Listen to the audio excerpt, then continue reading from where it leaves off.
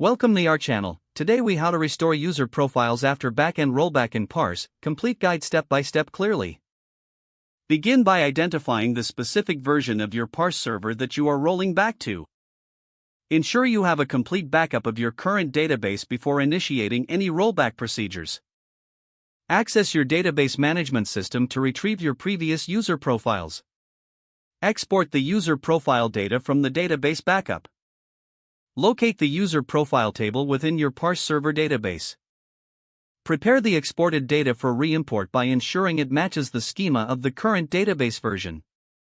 Check for any fields that may have changed between the versions and adjust the exported data accordingly. Using a database management tool, begin the import process of the user profile data. Make sure to map the fields correctly to avoid data inconsistencies.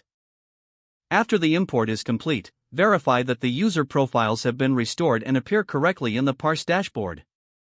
Run any necessary scripts to fix associations such as user roles or linked data. Test the user profiles by logging in with a few accounts to ensure functionality is intact. Monitor the application for any issues resulting from the rollback and address them promptly. Document the rollback process and any changes made for future reference.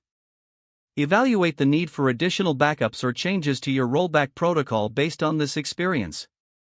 If the page does not load, refresh the browser or try again in a private or incognito window. Make sure you are using the correct email address, then retype it carefully to avoid small typos. If your password is not accepted, use the reset option and create a new strong password you can remember. Check your spam folder for verification or security emails, then complete any requested confirmation steps. Enable two-factor authentication if available to improve account security and reduce unauthorized access risk. After signing in, review your profile details so your contact information and settings are accurate and current. If you see an error message, note it down and try again after restarting your device and internet connection.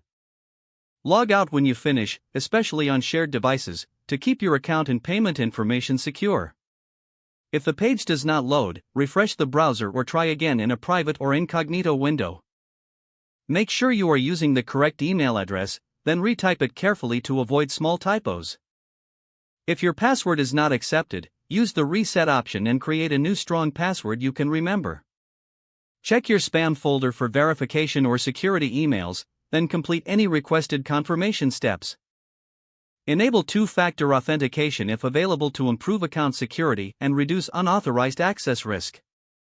Don't forget to like this video and subscribe to our channel for more step-by-step tech guides.